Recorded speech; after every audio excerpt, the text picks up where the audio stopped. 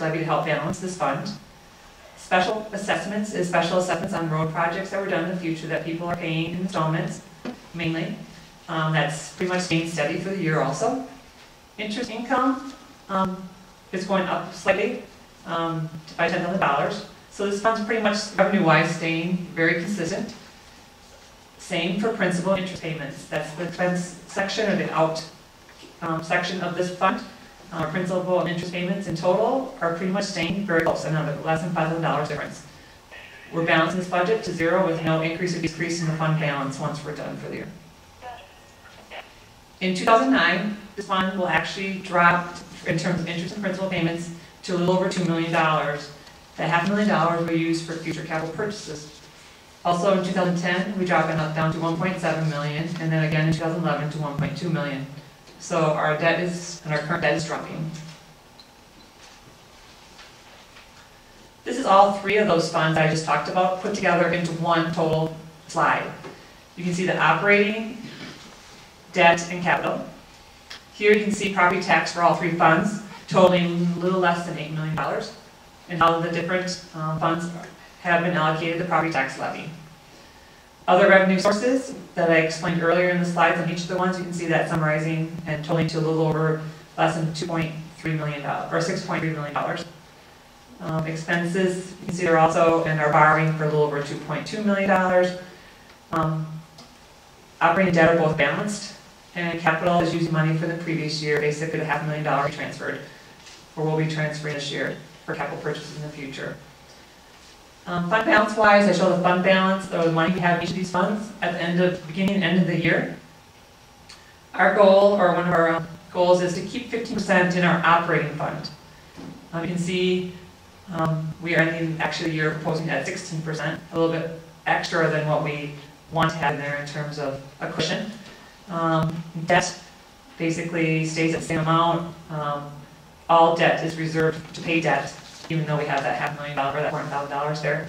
Capital fluctuates a lot, so basically we just have to have the money in there. We purchase the capital, we need to have money in there, so we don't have like a really fund reserve balance percent in that fund.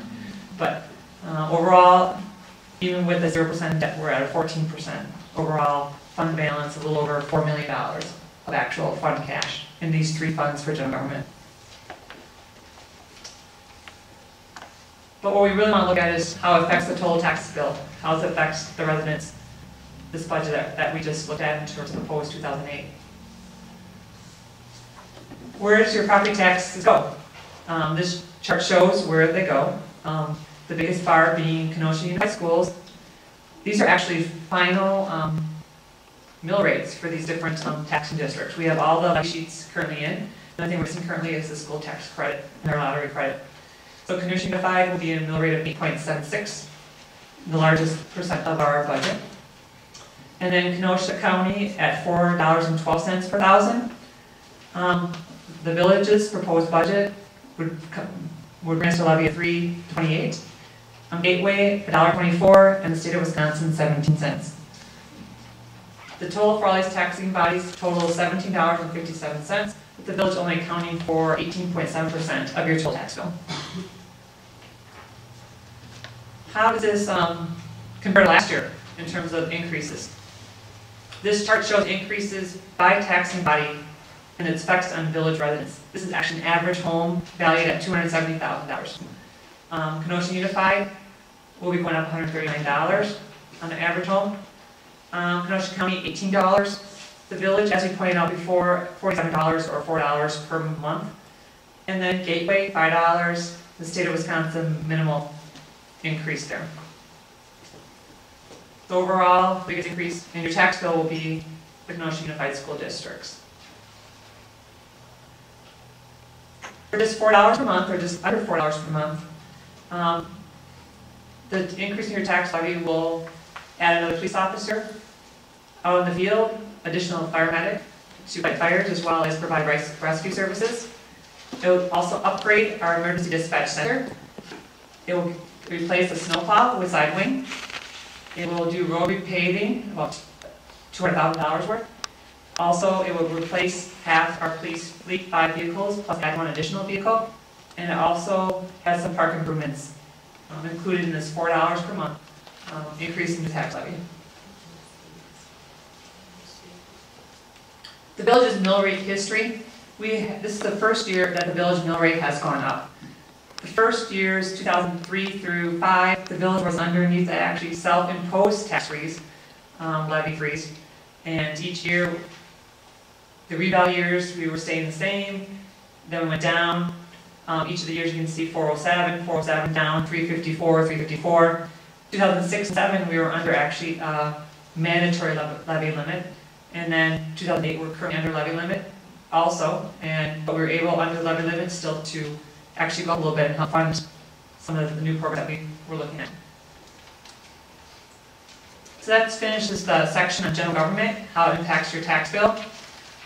Some of the other budgets we're need to approve tonight is the tax incremental districts.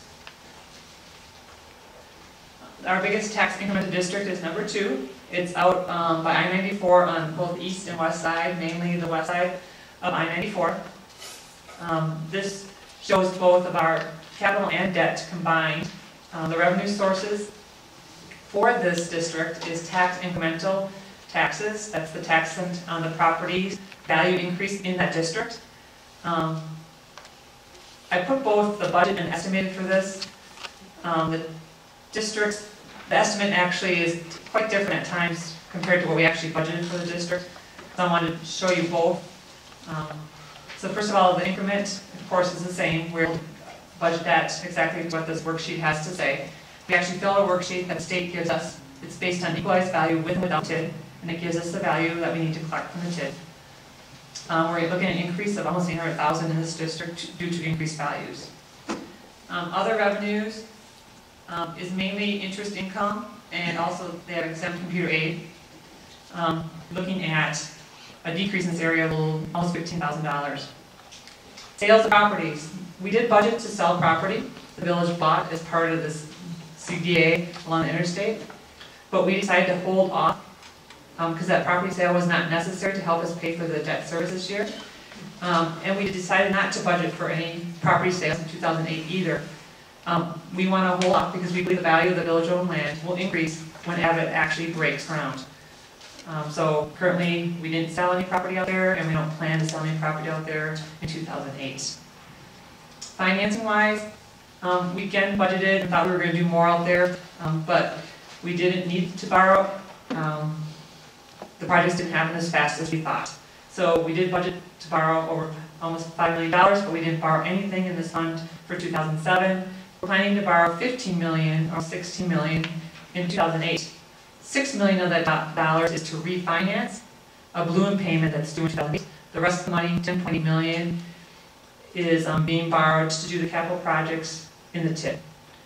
And the line record below there, expenditures, shows you the capital improvements that we're looking at doing in the TID.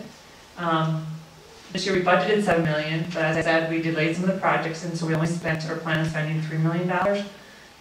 But we're proposing to spend almost $11 million in the TID for 2008. This includes roads for a little over $2 million. That's 120th Avenue and County Trunk Q reconstruction. Stormwater of $0.7 million, the same area. Abandonment of 73-1 for $4.5 million. Sanitary sewer projects for $500,000. Water projects for $0.3 million. Grading for $1.6 million. And adding to the capital loan fund for $1 million. That adds up to our almost $11 million of capital projects.